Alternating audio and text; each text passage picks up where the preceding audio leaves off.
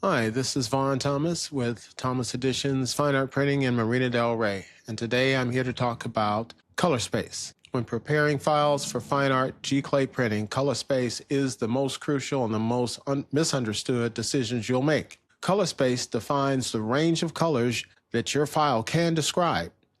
And when you're printing museum quality work, that range matters. Most images are exported in sRGB. sRGB is designed for the web and general screen viewing. It has a relatively small color gamut, particularly in the greens, cyans, and highly saturated tones. If your final destination is Instagram or a website, RGB is correct. But for fine art printing, especially on high-end pigment printers like the ones we use here at Thomas Editions, using archival papers, Adobe RGB 1998 is the better choice. Adobe RGB contains a wider gamut, particularly in the greens to cyan range, giving us more tonal nuance, more saturation control, and greater flexibility when proofing. Now let's talk about something newer.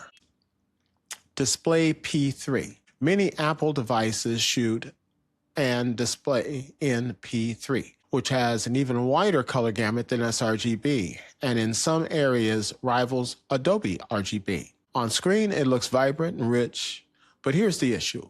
P3 is a display color space, not a standardized print workflow space. Most professional print pipelines, RIP softwares, and ICC paper profiles are built around Adobe RGB and ProPhoto RGB workflows. Exporting in P3 can create inconsistencies, unexpected color shifts, and reduced predictability in prints because it's not universally accepted or supported in the professional printing environments. In other words, what looks brilliant on your iPhone screen may not translate accurately to the paper. For reliable, repeatable, color-managed fine art printing, Adobe RGB 1998 remains the safest and most practical working space. Color management isn't about what looks brightest on the screen, it's about what translates faithfully to ink on paper. And that's where true print craftsmanship begins. So, as always, I like to show you what I'm talking about. So,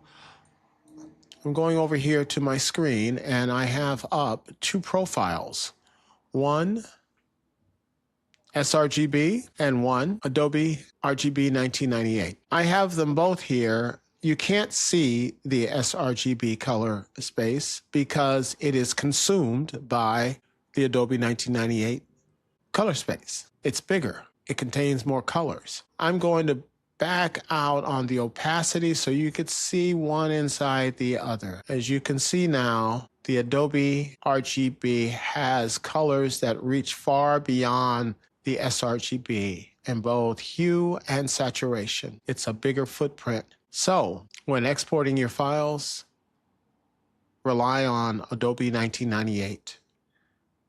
That is your go-to color space. And that's it for Thomas Editions. I think this is number 4 for our little podcast of information. Talk to you soon. Bye.